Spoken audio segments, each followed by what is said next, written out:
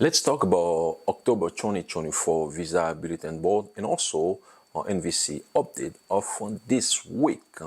USA MONDE. Hello, my name is John and welcome. Some of you guys who are thinking about petitioning for your relative, well, as you know, or maybe you don't know, the first step is to file the I-130 petition. Okay, once you file the I-130 petition, USCIS will approve the petition, and then if your relative lives overseas, the case will move to NVC, National Visa Center. You probably heard about that.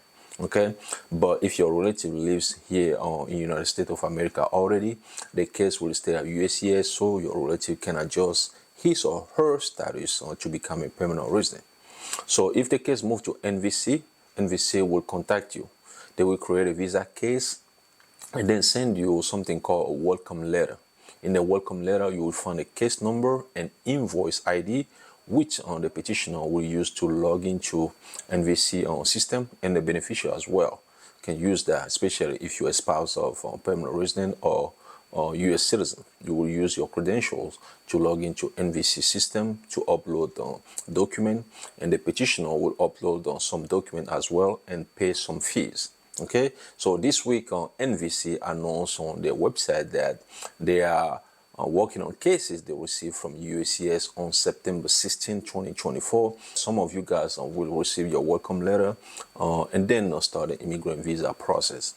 So once the petitioner pay the fees and submit document, and the beneficiary submit their document as well, called civil document, MVC will review everything to make sure whatever you submit is the correct one. Whatever document you submit is the correct document. Whatever fees you pay are the correct fee. Okay, this week they announced on the website that they are reviewing document they received from some of you guys on September 20 or 2024, and then after that, if everything is correct, NVC will send you a notification that your case is documented to qualify. So what do you do after that? Well, once the case is documented to qualify, you're just gonna wait until you receive your interview appointment letter once NVC schedule your interview for you. And you have to be careful. Don't let anybody tell you that he or she will help you get your interview appointment letter quicker. It's not possible. As long as you submit your document, you pay the fees, and the case is documented to qualify, you just keep waiting. Sometimes you will have a possibility to expedite your case if you are in an emergency situation. And I made a video about that last week. You can check it out. The third update regarding NVC's inquiries. Some of you guys have questions, but you don't know exactly who to ask. Then you send an inquiry to NVC. Well, they are responding to the one they received from you guys on September 24, 2024. And check your inbox, okay? And also the spam folder to see if NVC reply to your inquiries. And some of you guys who are not immediate relative, you know that before you receive your welcome letter or you receive your interview appointment letter, the priority date has to be current in the visa bulletin chart. So priority date is basically the date your petition was filed. It has to be current, and I'm gonna show you how to check and see if the priority date is current.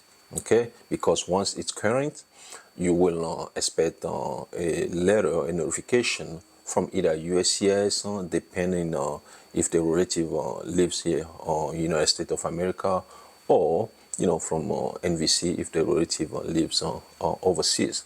If you're ready, let's go in front of my computer so we can go over this October 2024 Visa Bulletin Board. So guys, we're gonna go over family sponsor preferences, as you can see here. So we have F1, this is F1 category. We have F2 category here. We have F3 and also F4 category. Okay, as you can see here, F1 is some of you guys who are unmarried sons and daughters of U.S. citizens. Okay, and then we have the F2 category, which is for spouses and children of a permanent resident.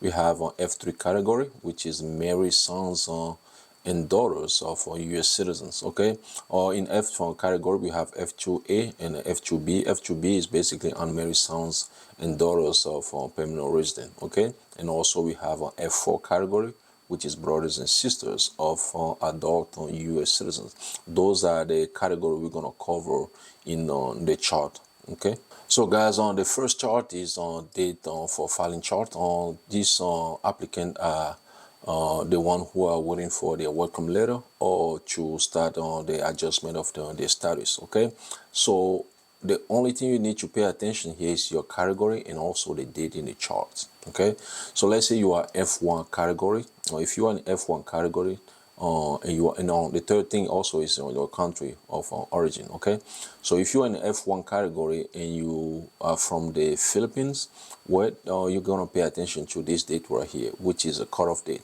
So over here we see on April 22nd 2015.